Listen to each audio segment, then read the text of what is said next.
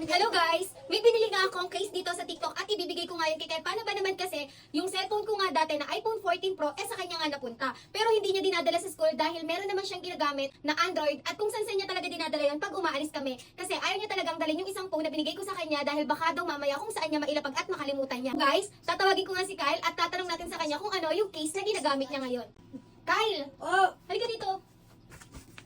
Anong color ng case yung ginagamit mo? ano po?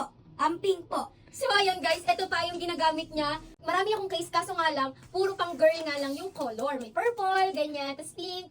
So ayun guys, hindi niya gusto kaya naman binili ko nga siya dito sa TikTok. Close your eyes muna. Open! Ay po, mami, lalaki kulay blue. Ayun guys, binili ko nga ng bagong case si Kyle. Ayan, nabili ko lang siya dito sa TikTok. Alam niyo guys, napakamura lang nito. Napakaganda talaga, grabe. Ano, nagustuhan ko talaga to kasi meron din ako nito sa isang phone ko. Yung ginagamit ko nga ngayon, ganito rin siya kaso color pink nga din. Ayan, pag tinapat niya sa ilaw, o kaya naman natapatan talaga to ng araw, nag-iiba-iba yung color niya. So ayun guys, ang ganda. For sure talaga kako na magugustuhan ni Kyle to. Ang color nga nito, nagiging yellow, green, purple. Ayan guys, oh.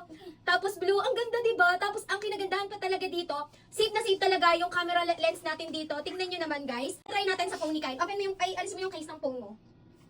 So ayan yung phone guys ni Kyle. Nakabahan ako, baka masira. Ayan guys, ang ganda. Ayan guys, ang ganda. Ayan. Safe din naman to dahil may tempered yung camera lens ni Kyle. So yun guys, ayan tignan nyo naman, napakaganda, tas may pa-white pa siya ditong line.